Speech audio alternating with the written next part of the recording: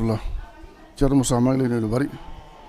li may wax rek mooy ci bis bi nga xam ne moom lañ fi ñëw tey yàlla ñu yàlla may ñu ñëwaat fi ay ati te lépp lu ñu fi def rek yàlla na ko ñëw yàlla na ko yàlla nangu li may ci wax ci lu gàtt wax naa la ko sànq gàmm gi ñun bi ñu fi dalee ñëw booba gàmm gi melagul nii yàgg na ay at yu bare bari ci ginnaaw la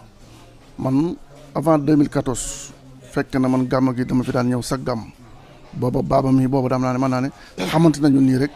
mais booba yow yaa nekk chef de village ñu xamante ma di ci ñëw ba yàlla dogal tey baaba ñu bokk benn liggéey boo xam ne askan wi moo ñu ko dénk kon loolu tax naa gën a dëgëral suñu ñëw ci dëkk ci kër gi di la seedeel ne baaba mi nga xam ne moom la àndaat liggéey xale la bu yaru la am nay teggin dina joxe cër te nangu naa dégg ndigal ndax des fois daf may wax ne ma yow daal seet naa ko lu ñu wax nga ne waxal baaba ma ne ko non man confiance bu ma ko xasee am ci nit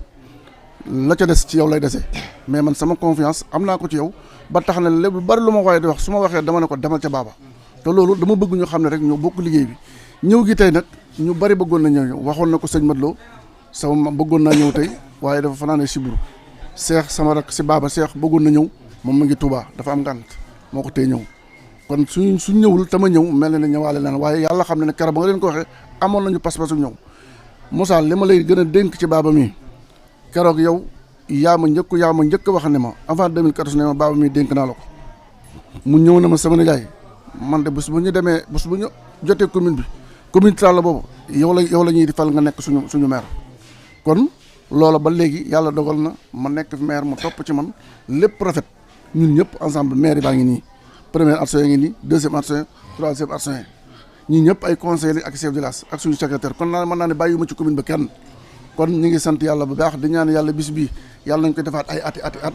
te lépp lu ñu fi jaamu yàlla na ko yàlla nangu li ma bëgg a wax lépp daal xajul ci temps bi mais baaba gërëm nañ ko sant nañ ko tubaarkalla macha allah yow ni mu nekk la rafet na yàlla na ko ci yàlla jàppale ñuy sant ñëpp di gërëm ñëpp wasalaam. di am mbégte bu baax tamit ci teewaay bi ndaxte lii nii duñ ne guléet at mu nekk da ngeen koy def di ko defaat waaye ñu ngi leen di nuyu ci turu Alaji Issa mi nga xam ne mooy xalifa kër gi di leen nuyu ci turu xalif général bu kër gi ndaxte fii mooy seen buntu ci kër gi bu ngeen fi ñëwee dem ngeen ci ñëpp ñi ngi leen ciy sant leen gërëm Alaji Moussa nag moo leen waroon a tontu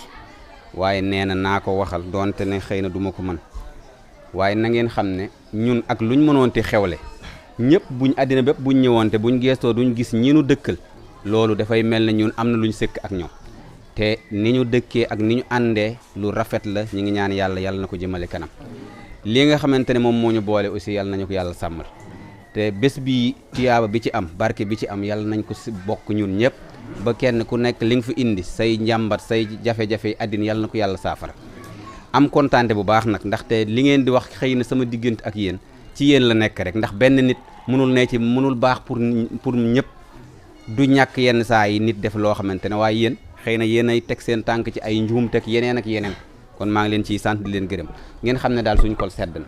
sant nañ leen gërëm nañ leen délégation bii nag mel na ni commune bi yëpp la ndax délégation bu amee maire ak kab bureau yëpp mu am ay chef de village am ñu jiite ay jigéen am ay ndaw délégation boobu commune bi yëpp la représenté donc ñu ngi leen di sant di leen gërëm di ñaan yàlla suñu borom at mi déwén jamono jii déwén ñu mu fekkaat ñu fi ñun ñëpp ñu mën fee teewaat kontaan nañ bu baax ñu ngi leen di sant di leen gërëm